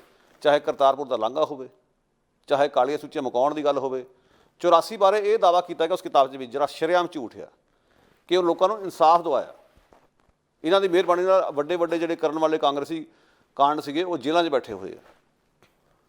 ਇਹ ਕੱਤ ਨਹੀਂ ਦੱਸਿਆ ਗਿਆ ਉਸ ਕਿਤਾਬ ਦੇ ਵਿੱਚ ਕਿ ਇਹਨਾਂ ਨੇ ਨਾਨਾ ਜੀ ਦੇਸ਼ਮੁਖ ਨੂੰ ਭਾਰਤ ਨੂੰ ਦਿੱਤਾ ਪਿਛਲੇ ਸਾਲ, ਜਿਹੜੇ RSS ਦੇ ਮੁਖੀ ਸੀ, ਜਿਨ੍ਹਾਂ ਨੇ 84 ਦੇ ਕਤਲੇਆਮ ਨੂੰ ਜਸਟੀਫਾਈ ਕੀਤਾ, ਉਹਦੇ ਬਾਰੇ ਚਰਚਾ ਵੀ ਨਹੀਂ ਕੀਤੀ ਉਹਨਾਂ ਨੇ। ਔਰ ਜਿਹੜਾ ਮਾफ़ ਕਰਨਾ, ਜਿਹੜਾ ਸੱਜਣ ਕੁਮਾਰ ਸਜ਼ਾ ਹੋਈ ਹੈ ਅਦਾਲਤ ਕਰਕੇ ਹੋਈ ਹੈ, ਜਿਹੜੀ ਇਨਸਾਫ ਲੈਣ ਵਾਲੀ ਧਿਰ ਵੱਲੋਂ ਲੜਾਈ ਲੜੀ ਗਈ ਸਾਲ, ਉਹਨਾਂ ਦੀ ਕੋਸ਼ਿਸ਼ਾਂ ਕਰਕੇ ਹੋਇਆ। ਮੋਦੀ ਦੇ ਸਿਰ 'ਤੇ ਤੁਸੀਂ ਕਿਵੇਂ ਇਸ ਦਾ ਸਿਹਰਾ ਬਣ ਸਕਦੇ ਹੋ? ਜੇ ਮੋਦੀ ਜਾਂ ਉਹਦੀ ਪਾਰਟੀ ਇਮਾਨਦਾਰ ਹੁੰਦੇ ਤਾਂ ਰਾਜੀਵ ਗਾਂਧੀ ਨੂੰ ਭਾਰੀ ਬਹੁਮਤ ਕਿਵੇਂ ਮਿਲ ਗਿਆ ਸੀਗਾ? ਬਿਲਕੁਲ। ਸੋ ਇਹ ਜਿਹੜੀਆਂ ਗੱਲਾਂ ਗੁੰਮਰਾਹ ਕਰਨ ਵਾਲੀਆਂ ਇਸ ਮੌਕੇ 'ਤੇ ਪ੍ਰਚਾਰੀਆਂ ਜਾਣਾ, ਉਹਦਾ ਮਤਲਬ ਹੈ ਕਿ ਕਿਵੇਂ ਨਾ ਕਿਵੇਂ ਜਿਹੜਾ ਸਿੱਖ ਜਿਹੜੇ ਕਿਸਾਨ ਅੰਦੋਲਨ 'ਚ ਨਿਤਰੇ ਹੋਏ ਆ, ਇਹਨਾਂ ਦੀ ਲੜਾਈ ਨੂੰ ਤਾਰ-ਪੀਟੋ ਕਿਵੇਂ ਕੀਤਾ ਜਾਵੇ, ਕਿਵੇਂ ਇਹਨਾਂ ਨੂੰ ਦੂਜਿਆਂ ਤੋਂ ਵੱਖ ਕੀਤਾ ਜਾਵੇ, ਕਿਵੇਂ ਮੁਸਲਮਾਨਾਂ ਦੇ ਖਿਲਾਫ ਖੜਾ ਕੀਤਾ ਜਾਵੇ। ਤੁਸੀਂ ਵੇਖੋ ਉਸ ਕਿਤਾਬਚੇ ਵਿੱਚ ਕੁਝ ਗੱਲਾਂ ਹੋਰ ਵੀ ਲਿਖੀਆਂ ਜਿਹੜੀਆਂ ਬੜੀਆਂ ਇਤਰਾਜ਼ਯੋਗ ਸੀਗੀਆਂ। ਹਾਂਜੀ। ਇੱਕ ਉਹਨਾਂ ਨੇ ਲਿਖਿਆ ਕਿ ਜਿਹੜਾ ਕਸ਼ਮੀਰ ਦੀ ਧਾਰਾ 370 ਤੋੜੀ ਆ, ਉੱਥੇ ਕਸ਼ਮੀਰ 'ਚ ਵਸਦੀ ਘੱਟ ਗਿਣਤੀ ਸਿੱਖ ਭਾਈਚਾਰੇ ਨੂੰ ਬਰਾਬਰੀ ਦਿਵਾਉਣ ਲਈ ਕੀਤਾ ਗਿਆ। ਇਹ ਉਸ ਕਿਤਾਬਚੇ 'ਚ ਲਿਖਿਆ, ਮੈਂ ਨਹੀਂ ਕਹਿ ਰਿਹਾ ਜੀ। CA ਦਾ ਹਵਾਲਾ ਦੇ ਕੇ ਲਿਖਿਆ ਗਿਆ ਕਿ ਸਿੱਖਾਂ 'ਤੇ ਅਫਗਾਨਿਸਤਾਨ ਪਾਕਿਸਤਾਨ 'ਚ ਜ਼ੁਲਮ ਹੁੰਦੇ ਆ, ਤਾਂ ਕਰਕੇ CA ਲੈ ਕੇ ਆਏ ਆ, ਕਿਸੇ ਹੋਰ ਫਿਰਕੇ ਦਾ ਨਾਂ ਨਹੀਂ ਲਿਆ ਉਹਨਾਂ ਨੇ। ਸੋ ਇਹ ਮਿਥ ਕੇ ਹੈ ਕਿ ਮੁਸਲਮਾਨਾਂ ਤੇ ਸਿੱਖਾਂ ਦੇ ਵਿਚਾਲੇ ਇੱਕ ਦੁਫੇੜ ਖੜਾ ਕੀਤਾ ਜਾਵੇ, ਜਦੋਂ ਪਤਾ ਕਿ ਅੰਤਰਰਾਸ਼ਟਰੀ ਪੱਧਰ 'ਤੇ ਸਿੱਖ ਮੁਸਲਮਾਨ ਇਕੱਠੇ ਹੋ ਕੇ ਕਸ਼ਮੀਰ ਮਸਲੇ 'ਤੇ, CA ਦੇ ਮਸਲੇ 'ਤੇ, ਕਿਰਸਾਨੀ ਮਸਲੇ 'ਤੇ ਇਕੱਠੇ ਨੇ, ਤੇ ਕਿਵੇਂ ਉਹਨਾਂ ਨੂੰ ਵੱਖ ਕੀਤਾ ਜਾਵੇ ਜੀ। ਸੋ ਇਹ ਸਾਰਾ ਕੁਝ ਗਿਣਮਿਥ ਕੇ ਹੋਇਆ। ਉਹਨਾਂ ਦਾ ਗੁਰਦੁਆਰੇ ਜਾਣਾ, ਉਸ ਮੌਕੇ 'ਤੇ ਕਿਤਾਬਚੇ ਦਾ ਰਿਲੀਜ਼ ਕੀਤਾ ਜਾਣਾ, ਇਸ ਮੌਕੇ 'ਤੇ ਜਦੋਂ ਕਿਰਸਾਨੀ ਅੰਦੋਲਨ ਸਿਖਰਾਂ 'ਤੇ ਹੋਵੇ ਜੀ, ਔਰ ਜਦੋਂ ਬਾਹਰ ਆਵਾਜ਼ ਉੱਠ ਰਹੀ ਹੋਵੇ, ਨਾਲ ਦੀ ਨਾਲ ਇਸ਼ਤਿਹਾਰ ਜਾਰੀ ਕੀਤੇ ਗਏ ਦੱਸਣ ਲਈ ਕਿ ਸਾਡਾ ਜਿਹੜਾ ਬਿੱਲ ਨੇ ਬੜੇ ਵਧੀਆ ਨੇ, ਇਸ ਨੂੰ ਲੈ ਕੇ ਭੁਲੇਖੇ ਪਾਏ ਜਾ ਰਹੇ ਨੇ, ਇਸ ਨੂੰ ਲੈ ਕੇ ਭੁਲੇਖੇ ਪਾਏ ਜਾ ਰਹੇ। ਔਰ ਇੱਥੋਂ ਤੱਕ ਕਿ ਹਰਪ੍ਰੀਤ ਸਿੰਘ ਨਾਂ ਦੇ ਕਿਸਾਨ ਦੀ ਤਸਵੀਰ ਲਾ ਦਿੱਤੀ ਗਈ ਇਸ਼ਤਿਹਾਰ 'ਤੇ, ਜਿਹੜਾ ਅੰਦੋਲਨ 'ਚ ਬੈਠਾ ਆ ਜੀ। 7 ਸਾਲ ਪੁਰਾਣੀ ਤਸਵੀਰ ਉਹਦੀ ਬਿਨਾਂ ਉਹਦੀ ਮਰਜ਼ੀ ਤੋਂ ਚੱਕ ਕੇ ਇਸ਼ਤਿਹਾਰ 'ਚ ਪਾਈ ਗਈ। ਸੋ ਸਰਕਾਰ ਤਾਂ ਇਹੋ ਜਿਹੇ ਘਟੀਆ ਹੱਥਕੰਡੇ ਵਰਤ ਰਹੀ ਆ। ਸੋ ਸ਼ਰਮ ਆਉਣੀ ਚਾਹੀਦੀ ਉਹਨਾਂ ਸ਼੍ਰੋਮਣੀ ਕਮੇਟੀ ਦੇ ਅਹੁਦੇਦਾਰਾਂ ਨੂੰ ਕਿ ਤੁਸੀਂ ਉਹਨੂੰ ਸਰੋਪੇ ਵੀ ਦੇ ਰਹੇ ਹੋ, ਸੱਦ ਵੀ ਰਹੇ ਹੋ, ਸਵਾਗਤ ਵੀ ਕਰ ਰਹੇ ਹੋ, ਅਤੇ ਤੁਹਾਨੂੰ ਕਿਸੇ ਚੀਜ਼ ਜ਼ਰੂਰਤ ਨਹੀਂ ਪਈ ਕਿ ਤੁਸੀਂ ਇਹਨਾਂ ਗੱਲਾਂ 'ਤੇ ਸਵਾਲ ਕਰਦੇ। ਇਹਦੇ 'ਚ ਤਾਂ ਬਾਦਲ ਸਾਹਿਬ ਦਾ ਵੀ ਰੋਲ ਨੰਗਾ ਹੁੰਦਾ। ਇੱਕ ਪਾਸੇ ਤਾਂ ਡਰਾਮੇ ਕਰ ਰਹੇ ਕਿਸਾਨਾਂ ਦੇ ਨਾਲ ਆ, ਦੂਜੇ ਪਾਸੇ ਗੁਰਦੁਆਰੇ 'ਚ ਆਓ ਭਗਤ ਹੋ ਰਹੀ ਹੋਵੇ, ਔਰ ਇੰਨੀ ਹਿੰਮਤ ਮੋਦੀ ਸਰਕਾਰ ਦੀ ਕਿਤਾਬਚਾ ਕੱਢਿਆ ਜਾਵੇ ਅਤੇ ਮੁੱਖ ਬੰਦ ਦੇ ਵਿੱਚ ਸ਼੍ਰੋਮਣੀ ਕਮੇਟੀ ਦੀਆਂ ਤਾਰੀਫਾਂ ਲਿਖੀਆਂ ਗਈਆਂ ਹੋਣ। ਇਹ ਤਾਂ ਫਿਰ ਬਾਦਲ ਸਾਹਿਬ ਜਵਾਬ ਦੇਣ। ਸੋ ਇਹ ਮੈਂ ਸਮਝਦਾ ਕਿ ਜਿਹੜਾ ਗੁਰੂਆਂ ਦੇ ਇਤਿਹਾਸ ਨੂੰ ਕਲੰਕਿਤ ਕਰਨ ਵਾਲੀਆਂ ਗੱਲਾਂ ਸੀਗੀਆਂ ਜੀ। ਅਸਲ ਵਿੱਚ ਜਿਹੜੀ ਗੁਰੂ ਦੇ ਇਤਿਹਾਸ ਦੇ ਉੱਤੇ ਜਿਹੜੇ ਸੱਚਮੁੱਚ ਪਹਿਰਾ ਦੇਣ ਵਾਲੇ ਲੋਕ ਨੇ ਉਹ ਕਿਸਾਨ ਨੇ, ਜਿਹੜੇ ਇਸ ਵੇਲੇ ਦਿੱਲੀ ਦੀ ਘੇਰਾਬੰਦੀ ਕਰਕੇ ਉੱਥੇ ਬੈਠੇ। ਗੱਲ ਬੜੀ ਸਪਸ਼ਟ ਹੈ ਜੀ ਕਿ ਇਹ ਜਿਹੜੇ ਦੋਵੇਂ, ਚਾਹੇ ਕਿਤਾਬਚਾ ਜਾਰੀ ਕਰਨਾ, ਜਿਸ ਨੂੰ ਬਕਾਇਦਾ ਕਰੋੜਾਂ ਦੀ ਤਾਦਾਦ ਦੇ ਵਿੱਚ ਜਿਹੜੀਆਂ ਚਾਹੇ ਕਾਲਸ ਕਰਕੇ, ਸੁਨੇਹੇ ਦੇ ਕੇ, ਵੰਡ ਕੇ ਜਿਹੜਾ ਫੰਡ ਇਸੇ ਮਕਸਦ ਲਈ ਵਰਤਿਆ ਗਿਆ ਕਿ ਸਿੱਖਾਂ ਦੇ ਮਨ ਦੇ ਵਿੱਚ ਇਸ ਤਰ੍ਹਾਂ ਦਾ ਭਰਮ ਪੈਦਾ ਕੀਤਾ ਜਾਵੇ, ਜੋ ਕਿ ਇਸ ਗੱਲ ਨੂੰ ਮੰਨਣ ਲਈ ਤਿਆਰ ਨਹੀਂ। ਜਾਂ ਜਿਹੜੀ ਰਕਾਬਗੰਜ ਸਾਹਿਬ ਦੀ ਸਾਰੀ ਘਟਨਾ ਹੈ, ਉਸ ਨੂੰ ਜੇਕਰ ਬੜੀ ਬਰੀਕੀ ਨਾਲ ਦੇਖੀਏ, ਸਾਮ ਦਾਮ ਦੰਡ ਭੇਦ ਨੀਤੀ, ਜਿਹੜੀਆਂ ਤਿੰਨੇ ਪਹਿਲੀਆਂ ਜਿਹੜੀਆਂ ਹੈ, ਜਦੋਂ ਫੇਲ ਹੋ ਜਾਂਦੀਆਂ ਨੇ ਤਾਂ ਫਿਰ ਸਾਮ ਨੀਤੀ, ਪੈਰੀਂ ਪੈ ਕੇ ਕਿਸ ਨੂੰ ਕਾਬੂ ਕਰਨਾ, ਇਹ ਨੀਤੀ ਜਿਹੜੀ ਆ ਵਰਤੀ ਗਈ ਹੈ। ਅਤੇ ਪਰ ਲੋਕ ਜਾਗਰੂਕ ਨਹੀਂ। ਹੁਣ ਇਹ ਸਕੀਮ ਜਿਹੜੀ ਵਰਤੀ ਗਈ, ਇਸ ਦੇ ਨਾਲ ਬਹੁਤ ਸਾਰੇ ਲੋਕ ਜਿਹੜੇ ਛੇਤੀ ਕਿਤੇ ਪ੍ਰਭਾਵ 'ਚ ਆ ਜਾਂਦੇ ਨੇ। ਉਹ ਕਹਿੰਦੇ ਦੇਖੋ ਜੀ ਕਿੱਡੀ ਵੱਡੀ ਗੱਲ ਹੈ, ਪ੍ਰਧਾਨ ਮੰਤਰੀ ਬਿਲਕੁਲ ਇਸ ਹਿਸਾਬ ਨਾਲ ਇੱਕ ਬੜੇ ਸਦਮੁਰਾਦ ਢੰਗ ਦੇ ਨਾਲ ਅਤੇ ਫਿਰ ਜਾ ਕੇ ਰੁਮਾਲਾ ਸਾਹਿਬ ਭੇਟ ਕਰ ਰਿਹਾ। ਪਰ ਜਦੋਂ ਜਾਗਰੂਕ ਲੋਕ ਨੇ ਉਹ ਇਸ ਗੱਲ ਨੂੰ ਸਮਝਦੇ ਨੇ, ਉਹਨਾਂ ਨੇ ਇਸ ਗੱਲ ਨੂੰ ਨਾ ਸਿਰਫ ਸਮਝਿਆ ਬਲਕਿ ਉਸ ਤੋਂ ਬਾਅਦ ਪ੍ਰਤੀਕਰਮ ਕੀਤਾ ਕਿ ਇਹ ਸਾਰਾ ਕੁਝ ਜਿਹੜਾ ਹੈ ਇਹ ਡਰਾਮਾ ਹੈ, ਇਹ ਇੱਕ ਕੀਲਣ ਵਾਲੀ ਕੋਸ਼ਿਸ਼ ਹੈ। ਉਵੇਂ ਹੀ ਜਿਵੇਂ ਗੁਰਬਾਣੀ 'ਚ ਇੱਕ ਸ਼ਬਦ ਹੋਰ ਫਰਮਾਨ ਹੈ, ਸੀਸ ਨਿਵਾਉਣਾ ਕਿਸ ਅਰਥ ਹੈ ਜੇਕਰ ਉਹ ਪਖੰਡ ਦਾ ਹੈ, ਜੇਕਰ ਉਸ ਦੇ ਵਿੱਚ ਕੋਈ ਭਾਵਨਾ ਮਾੜੀ ਹੈ। ਉਹਦੇ 'ਚ ਫਰਮਾਨ ਹੈ ਅਪਰਾਧੀ ਦੂਣਾ ਨਿਵੈ ਜੋ ਹੰਤਾ ਮਿਰਗਾਏ। ਹੰਤਾ ਭਾਵ ਹਿਰਨ ਦਾ ਸ਼ਿਕਾਰ ਕਰਨ ਲਈ ਸ਼ਿਕਾਰੀ ਆਮ ਨਾਲੋਂ ਦੁੱਗਣਾ ਨਿਭਦਾ, ਕਿਉਂਕਿ ਉਹਨੇ ਹਿਰਨ ਦਾ ਸ਼ਿਕਾਰ ਕਰਨ ਲਈ ਉਹ ਸਕੀਮ ਉਹਦੀ ਇੱਕੋ ਹੀ ਹੈ ਕਿ ਉਹਨੂੰ ਝੁਕਣਾ ਪੈਂਦਾ। ਅਪਰਾਧੀ ਦੂਣਾ ਨਿਵੈ ਜੋ ਹੰਤਾ ਮਿਰਗਾਏ, ਸੀਸ ਨਵਾਈਏ ਕਿਆ ਥੀਏ ਜੇ ਹਿਰਦੇ ਕੁਸਦੇ ਜਾਏ। ਜੇ ਹਿਰਦੇ ਦੇ ਵਿੱਚ ਖੋਟ ਆ ਤਾਂ ਤੇਰਾ ਸੀਸ ਨਵਾਉਣਾ ਕੋਈ ਅਰਥ ਨਹੀਂ। ਤੇ ਉਸੇ ਤਰੀਕੇ ਨਾਲ ਸ਼ਬਦ ਉੱਥੇ ਪੜ੍ਹਿਆ ਜਾ ਰਿਹਾ। ਗੁਰਬਾਣੀ ਨੇ ਤਾਂ ਜਵਾਬ ਦੇ ਦਿੱਤਾ, ਇਸ ਗੱਲ ਨੂੰ ਸਮਝ ਵੀ ਲਿਆ, ਪਰ ਉਸ ਮੋਦੀ ਨੂੰ ਜਾਂ ਉਸ ਦੇ ਨਾਲ ਦੇ ਜਿਹੜੇ ਲੋਕ ਉਹਨਾਂ ਨੂੰ ਸਿੱਖਾਂ ਦੀ ਤਾਕਤ ਦਾ, ਸਮਰੱਥਾ ਦਾ, ਉਹਨਾਂ ਦੀ ਨਾਬਰੀ ਸੋਚ ਦਾ ਜਾਂ ਉਹਨਾਂ ਦੇ ਵਿਰਸੇ ਦਾ, ਇਤਿਹਾਸ ਦਾ ਪਤਾ ਹੈ ਕਿ ਉਹ ਇਹ ਗੱਲ ਕਰਕੇ ਇਸ ਨੂੰ ਸਮਝ ਕੇ ਇਹ ਚਾਲ ਰਚ ਰਿਹਾ ਜਿਸ ਦੇ ਵਿੱਚ ਸਿੱਖ ਨਹੀਂ ਆਏ। ਇਹ ਇੱਕ ਚੰਗੀ ਗੱਲ ਹੈ, ਜਾਗਰੂਕ ਹੈ। ਵਿਦੇਸ਼ਾਂ ਦੇ ਵਿੱਚ ਵੀ ਇਸ ਗੱਲ ਦੀ ਆਲੋਚਨਾ ਹੋਈ ਹੈ, ਦੇਸ਼ ਦੇ ਵਿੱਚ ਵੀ। ਪਰ ਮੈਂ ਇੱਕ ਗੱਲ 'ਤੇ ਬੜਾ ਹੈਰਾਨ ਸੀ ਕਿ ਉਸੇ ਹੀ ਮੋਰਚੇ ਦੇ ਵਿੱਚ, ਕਿਰਸਾਨੀ ਸੰਘਰਸ਼ ਦੇ ਵਿੱਚ ਸਿੱਖ ਜਿਹੜੇ ਪਹੁੰਚੇ ਹੋਏ ਨੇ, ਜਿਨ੍ਹਾਂ 'ਚ ਬਜ਼ੁਰਗ ਨੇ, ਬਾਬੇ ਨੇ, ਨੌਜਵਾਨ ਨੇ, ਕਿਤੇ ਉਹ ਪਾਠ ਕਰ ਰਹੇ ਨੇ, ਕਿਤੇ ਉਹ ਆਪਣੇ ਨਿਸ਼ਾਨ ਸਾਹਿਬ ਨੂੰ ਚਲਾ ਰਹੇ ਨੇ, ਕਿਤੇ ਉਹ ਕਿਸੇ ਵੀ ਕਿਸਮ ਦੀ ਸੋਚ ਨੂੰ ਲੈ ਕੇ ਇੱਕ ਉਤਸ਼ਾਹ ਪੈਦਾ ਕਰ ਰਹੇ ਨੇ। ਜਿਹੜੇ ਮੋਰਚੇ ਦੇ ਵਿੱਚ ਕੁਝ ਇੱਕ ਆਪਣੇ ਆਪ ਨੂੰ ਖੱਬੇ ਪੱਖੀ, ਅਗਾਂਹ ਵਧੂ ਜਾਂ ਬਹੁਤ ਵੱਡੇ ਜਿਹੜੇ ਆ ਕਰਿੰਦੇ ਦੱਸਦੇ ਨੇ ਕਿ ਅਸੀਂ ਕਿਸਾਨ ਮੋਰਚੇ ਦੇ ਬਹੁਤ ਵੱਡੇ ਅਲੰਬਰਦਾਰ ਆ, ਉਹ ਬਾਰ-ਬਾਰ ਉਹਨਾਂ ਨੂੰ ਅਹਿਸਾਸ ਦਿਵਾ ਰਹੇ ਨੇ, ਜ਼ਲੀਲ ਕਰ ਰਹੇ ਨੇ। ਮੋਦੀ ਤਾਂ ਸਾਜ਼ਿਸ਼ ਘੜ ਰਿਹਾ ਕਿ ਤੋੜਨ ਦੀ, ਦੂਸਰੇ ਪਾਸੇ ਉਹ ਜ਼ਲੀਲ ਕਰ ਰਹੇ ਨੇ ਕਿ ਤੁਸੀਂ ਇਸ ਨੂੰ ਧਾਰਮਿਕ ਰੂਪ ਨਾ ਦਿਓ, ਤੁਸੀਂ ਆਪਣੇ ਨਿਸ਼ਾਨ ਸਾਹਿਬ ਛੱਡੋ, ਤੁਸੀਂ ਆਪਣੀ ਆਵਾਜ਼ ਛੱਡੋ। ਇੱਥੋਂ ਤੱਕ ਕਿ ਉਹਨਾਂ ਨੇ ਇੱਕ ਟਰਾਲੀ ਟਾਈਮਸ ਮੈਗਜ਼ੀਨ ਸ਼ੁਰੂ ਕੀਤਾ ਜਿਹੜਾ ਇੱਕ ਸਾਂਝੀ ਸੋਚ ਵਾਲਾ ਸੀ, ਜਿਹਦੇ 'ਚ ਕੁਝ ਇੱਕ ਜਿਹੜੇ ਆ ਅਗਾਂਹ ਵਧੂ ਵੀ ਸਨ, ਕੁਝ ਇੱਕ ਸਿੱਖ ਪਿਛੋਕੜ ਵਾਲੇ ਵੀ ਸਨ। ਉਹਨਾਂ ਨੇ ਬਕਾਇਦਾ ਉਹਦੇ ਖਿਲਾਫ ਲਿਖ ਕੇ ਇਹ ਕਿਹਾ ਕਿ ਇਹ ਮੋਰਚੇ ਦੀ ਤਰਜਮਾਨੀ ਨਹੀਂ ਕਰਦਾ, ਇਸ ਦੇ ਅਸੀਂ ਵਿਰੋਧ ਹਾਂ, ਇਸ ਦੀਆਂ ਜੋ ਸੰਪਾਦਕੀਆਂ ਜਿਹੜੀਆਂ ਲਿਖੀਆਂ ਗਈਆਂ ਉਹ ਵੀ ਜਿਹੜੀਆਂ ਸਾਡੇ ਅਨੁਸਾਰ ਸੂਟ ਨਹੀਂ ਕਰਦੀਆਂ, ਇਸ ਨੂੰ ਅਸੀਂ ਪ੍ਰਵਾਨ ਨਹੀਂ ਕਰਦੇ। ਇੱਕ ਬਖੇੜਾ ਖੜਾ ਕਰਤਾ। ਬਖੇੜਾ ਵੀ ਇਸ ਕਿਸਮ ਦਾ ਖੜਾ ਕਰਤਾ ਕਿ ਜਿਹੜੇ ਲੋਕ ਨੇ ਉਹਨਾਂ ਨੂੰ ਵਾਰ-ਵਾਰ ਅਹਿਸਾਸ ਕਰਾਇਆ ਜਾ ਰਿਹਾ ਕਿ ਤੁਸੀਂ ਜਿਹੜੇ ਆ ਜਾਂ ਤਾਂ ਆਪਣੀ ਪਛਾਣ ਛੱਡ ਦਿਓ। ਨਿਹੰਗ ਸਿੰਘਾਂ ਨੂੰ ਵਾਰ-ਵਾਰ ਇਹ ਕਿਹਾ ਜਾ ਰਿਹਾ ਕਿ ਤੁਸੀਂ ਆਪਣੀਆਂ ਛਾਉਣੀਆਂ ਚੱਕ ਲਓ, ਟਰਾਲੀਆਂ 'ਤੇ ਲੱਗੇ ਜਿਹੜੇ ਨਿਸ਼ਾਨ ਸਾਹਿਬ ਆ ਜਾਂ ਕਿਸੇ ਤਰ੍ਹਾਂ ਦੇ ਕੇਸਰੀ ਨਿਸ਼ਾਨ ਆ ਉਹਦੇ 'ਤੇ ਕੋਈ ਗਲਤ ਨਹੀਂ ਸ਼ਬਦਾਵਲੀ ਲਿਖੀ ਹੋਈ, ਉਹਨਾਂ ਨੂੰ ਵਾਰ-ਵਾਰ ਕੀਤਾ ਜਾ ਰਿਹਾ। ਸੋ ਦੇਖੋ ਕਿਸ ਕਿਸਮ ਦੀ ਗੇਮ ਖੇਡੀ ਜਾ ਰਹੀ ਹੈ। ਸਾਜ਼ਿਸ਼ੀ ਤੌਰ 'ਤੇ ਜਿਹੜਾ ਹਕੂਮਤ ਦਾ ਆਗੂ ਹੈ ਉਹ ਤਾਂ ਉਹਨਾਂ ਨੂੰ ਕਿਸੇ ਨਾ ਕਿਸੇ ਤਰੀਕੇ ਨਾਲ ਖਿੱਚਣ ਦੀ ਕੋਸ਼ਿਸ਼ ਕਰ ਰਿਹਾ, ਤੇ ਦੂਜੇ ਜਿਹੜੇ ਆ ਉਹਨਾਂ ਨੂੰ ਧੱਕਣ ਦੀ ਕੋਸ਼ਿਸ਼ ਕਰ ਰਹੇ ਨੇ। ਤੇ ਇਸ ਦੇ ਵਿੱਚ ਜਿਹੜੀ ਉਹਨਾਂ ਦੀ ਵਿਰਸੇ ਦੀ ਹੈ, ਅੱਜ ਹੁਣ ਸ਼ਹੀਦੀ ਪੁਰਬ ਚੱਲ ਰਹੇ ਨੇ ਗੁਰੂ ਸਾਹਿਬ ਦੇ, ਗੁਰੂ ਗੋਬਿੰਦ ਸਿੰਘ ਜੀ ਦੇ, ਕਿਉਂ ਨਹੀਂ ਉੱਥੇ ਸਾਹਿਬਜ਼ਾਦਿਆਂ ਸ਼ਹੀਦੀਆਂ ਦੀਆਂ ਦਾਸਤਾਨ ਗਾਈਆਂ ਜਾਣਗੀਆਂ? ਕਿਉਂ ਨਾ ਉਹ ਆਪਣੇ ਵਿਰਸੇ ਦੀ ਗੱਲ ਕਰਨਗੇ? ਕਿਉਂ ਨਾ ਚਮਕੌਰ ਦੀ ਗੜੀ ਦੀ ਗੱਲ ਹੋ? ਕਿਉਂ ਨਹੀਂ ਠੰਡੇ ਬੁਰਜ ਦੀ ਗੱਲ ਹੋਊਗੀ? ਕਿਉਂ ਨਹੀਂ ਉਸ ਸਰਹੰਦ ਦੇ ਸਾਕੇ ਦੀ ਗੱਲ ਹੋਊ? ਉਹਨੇ ਗੱਲ ਕਰਨੀ ਹੈ। ਇਸ ਗੱਲ ਨੂੰ ਉਹਨਾਂ ਨੂੰ ਡੱਕਣਾ, ਇਹ ਜਿਹੜਾ ਇਸ ਤਰ੍ਹਾਂ ਦੀ ਪਹੁੰਚ ਹੈ, ਉਸ ਬਾਰੇ ਤੁਸੀਂ ਕੀ ਸੋਚਦੇ ਹੋ? ਦੇਖੋ, ਤੁਹਾਡਾ ਜਿਹੜਾ ਸਵਾਲ ਕਾਫੀ ਲੰਬਾ ਸੀ, ਉਹਨੂੰ ਮੈਂ 3 ਹਿੱਸਿਆਂ 'ਚ ਵੰਡੂੰਗਾ। ਪਹਿਲਾਂ ਤੁਸੀਂ ਇੱਕ ਨੁਕਤਾ ਲਿਆ ਸੀਗਾ ਕਿ ਜਿਹੜੀ ਮੋਦੀ ਨੇ ਜੋ ਕੁਝ ਲੋਕਾਂ ਨੂੰ ਜੋੜਨ ਦੀ ਆਪਣੇ ਵੱਲੋਂ ਕੋਸ਼ਿਸ਼ ਕਰ ਰਿਹਾ ਜੀ, ਇਹ 'ਚ 2 ਗੱਲਾਂ ਨੇ। ਜਿਹੜੀ ਉਹ ਕਿਤਾਬਚੇ ਦੀ ਗੱਲ ਚੱਲੀ ਆ, ਕਿਤਾਬਚਾ ਮਿੱਥ ਕੇ ਸਿੱਖ ਭਾਈਚਾਰੇ ਦੇ ਲੋਕਾਂ ਦੀ ਨਿਸ਼ਾਨਦੇਹੀ ਕਰਕੇ ਉਹਨਾਂ ਨੂੰ ਘਰੋਂ ਘਰੀ ਭੇਜਿਆ ਗਿਆ। ਦੱਸਿਆ ਇਹ ਜਾ ਰਿਹਾ ਕਿ ਰੇਲਵੇ ਜਿਹੜੇ ਲੋਕੀ ਸਫ਼ਰ ਕਰਦੇ ਨੇ, ਟਿਕਟਾਂ ਬੁੱਕ ਕਰਾਉਂਦੇ ਨੇ, ਉਸ ਤੋਂ ਤੁਸੀਂ ਸ਼ਨਾਖਤ ਕਰ ਲੈਂਦੇ ਹੋ ਸਿੰਘ ਤੇ ਕੌਰ ਦੀ। ਬਕਾਇਦਾ ਉਹਨਾਂ ਨੂੰ ਕਿਤਾਬਚੇ ਭੇਜੇ ਗਏ। ਇੱਕ ਛੋਟੀ ਮੋਟੀ ਗੱਲ ਨਹੀਂ ਸੀਗੀ। ਫਿਰ ਕਿਤਾਬਚੇ ਦੇ ਵਿੱਚ ਇੱਕ ਉਲਟ ਭਾਵੀ ਵਿਚਾਰ ਪ੍ਰਗਟਾਏ ਗਏ ਨੇ। ਇੱਥੇ ਤਾਂ ਹੁਣ ਕਹਿ ਰਹੇ ਨੇ ਜਿਹੜੇ MP ਬਾਹਰ ਬੋਲੇ, MLA ਬੋਲੇ, ਇਹਨਾਂ ਦੇ ਨਾਂ ਬਲੈਕ ਲਿਸਟਾਂ 'ਚ ਪਾ ਦਿਓ ਜਾਂ ਇਹਨਾਂ ਨੂੰ ਵੀਜ਼ਾ ਨਹੀਂ ਦੇਣਾ। ਕਿਤਾਬਚੇ ਜਿਸ ਗੱਲ ਨੂੰ ਬੜਾ ਪ੍ਰਚਾਰਿਆ ਗਿਆ, ਅੱਡੀਆਂ ਚੱਕ ਕੇ ਦੇਖੋ ਜੀ, ਮੋਦੀ ਸਾਹਿਬ ਨੇ ਕਾਲੀਆਂ ਸੂਚੀਆਂ ਮੁਕਾਤੀਆਂ। ਕਾਲੀਆਂ ਸੂਚੀਆਂ ਮੁਕਾਉਣ ਦਾ ਫਾਇਦਾ ਕੀ ਜੇ ਨਵੀਆਂ ਬਣ ਰਹੀਆਂ ਹੁਣ? ਜੇ ਕਿਸਾਨੀ ਅੰਦੋਲਨ ਦੇ ਬਾਰੇ ਆਲੋਚਨਾ ਤਾਂ ਸੁਣਨ ਦੀ ਤੁਹਾਡੇ 'ਚ ਸ਼ਕਤੀ ਹੈ ਨਹੀਂ, ਤੁਹਾਡੇ 'ਚ ਮਤਲਬ ਤਹੱਮਲ ਹੈ ਨਹੀਂ, ਫਿਰ ਕੀ ਇਹਨਾਂ ਗੱਲਾਂ ਦਾ ਅਰਥ ਜੀ?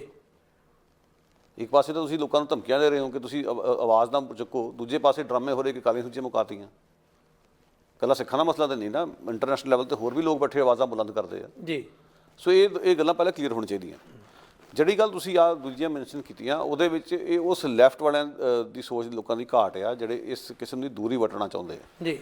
ਮੈਂ ਉਹਨਾਂ ਨੂੰ ਪੁੱਛਣਾ ਚਾਹੁੰਦਾ ਸਿੱਧੇ ਤੌਰ 'ਤੇ, ਬਰਖਾ ਦੱਤ ਨੂੰ ਵੀ ਪੁੱਛੂੰਗਾ ਇਸ ਬਾਰੇ 'ਚ, RSS ਤੇ BJP ਨੂੰ ਵੀ ਪੁੱਛਣਾ ਚਾਹੁੰਦਾ। ਐਮਰਜੈਂਸੀ ਦਾ ਮੋਰਚਾ ਸੀ ਕਿ ਉਹ ਲੋਕ ਪੱਖੀ ਮੋਰਚਾ ਨਹੀਂ ਸੀ, ਕਿ ਉਹ ਲੋਕਾਂ ਦੀ ਆਪ ਮੁਹਾਰੀ ਲੜਾਈ ਨਹੀਂ ਸੀ ਸਟੇਟ ਦੇ ਖਿਲਾਫ? ਉਦੋਂ ਕੀ ਹੋ ਰਿਹਾ ਸੀਗਾ? ਦਮਦਮੀ ਟਕਸਾਲ ਵੀ ਵਿੱਚੇ ਸੀ, RSS ਵੀ ਵਿੱਚੇ ਸੀ, ਲੈਫਟ ਵੀ ਵਿੱਚੇ ਸੀ। ਜੇ ਉਸ ਵੇਲੇ ਵੰਨ ਸੁਵੰਨਤਾ ਦੇ ਨਾਲ ਲੜਾਈ ਲੜੀ ਜਾ ਸਕਦੀ ਸੀ, ਇੰਦਰਾ ਗਾਂਧੀ ਨੇ ਗੋਡੇ ਟੇਕ ਤੇ ਬਾਅਦ 'ਚ, ਅੱਜ ਜੇ ਉਹ ਲੜਾਈ ਵੰਨ ਸੁਵੰਨਤਾ ਉਸ ਵੀ ਸਾਨੂੰ ਨਜ਼ਰ ਆ ਰਹੀ ਹੈ ਤਾਂ ਸਾਨੂੰ ਕਾਹਦੀ ਤਕਲੀਫ ਜੀ? ਅੱਜ ਤਾਂ ਆਰਐਸਐਸ ਇੱਕ ਪਾਸੇ ਖੜੀ ਹੈ, ਬਾਕੀ ਘੱਟ ਗਿਣਤੀਆਂ ਦੇ ਲੈਫਟ ਵਾਲੇ ਇੱਕ ਪਾਸੇ ਖੜੇ ਆ। ਹੁਣ ਤਾਂ ਸ਼ਰੇਆਮ ਜਿਹੜਾ ਜਿਹਦੇ ਸਿਰ ਤੇ ਦਸਤਾਰ ਹੈ ਉਹ ਖਾਲਿਸਤਾਨੀ ਹੈ, ਜਿਹਦੇ ਨਹੀਂ ਹੈ ਉਹ ਨਕਸਲਵਾੜੀ ਹੈ। ਬਿਲਕੁਲ। ਯੂਏਪੀਏ ਤੁਹਾਡੇ ਤੇ ਲੱਗ ਰਿਹਾ, ਯੂਏਪੀਏ ਤੁਹਾਡੇ ਤੇ ਲੱਗ ਰਿਹਾ, ਫਿਰ ਤੁਹਾਨੂੰ ਕੀ ਤਕਲੀਫ ਹੈ? ਇਕੱਠਿਆਂ ਹੋ ਕੇ ਉਸ ਜ਼ਾਲਮ ਦਾ ਮੂੰਹ ਭੰਨਣ ਦੀ ਥਾਂ ਤੇ ਜਿਹੜਾ ਆਪਸ ਵਿੱਚ ਦਾੜੋ ਦਾੜੀ ਪੱਗੋ ਪੱਗੀ ਹੋਣਾ, ਮੈਂ ਸਮਝਦਾ ਬਹੁਤ ਘਟੀਆ ਔਰ ਨੀਵੇਂ ਪੱਧਰ ਦੀ ਸੋਚ ਹੈ। ਇਹ ਲੜਾਈ ਨੂੰ ਆਪ ਹੀ ਤਾਰਪੀੜੋ ਕਰ ਰਹੇ ਆ। ਜਿੰਨਾ ਮਰਜ਼ੀ ਕਹੀ ਜਾਣ, ਜਿਹੜੀ ਮਰਜ਼ੀ ਸਫਾਈਆਂ ਦੇਈ ਜਾਣ, ਇਹਨਾਂ ਗੱਲਾਂ ਦਾ ਕੋਈ ਅਰਥ ਨਹੀਂ ਬਣਦਾ। ਜਿਹੜਾ ਦੁਸ਼ਮਣ ਹੈ ਉਹ ਤਾਂ ਜੋ ਕਰੇ ਸੋ ਕਰੇ, ਪਰ ਤੁਸੀਂ ਕੀ ਕਰ ਰਹੇ ਹੋ?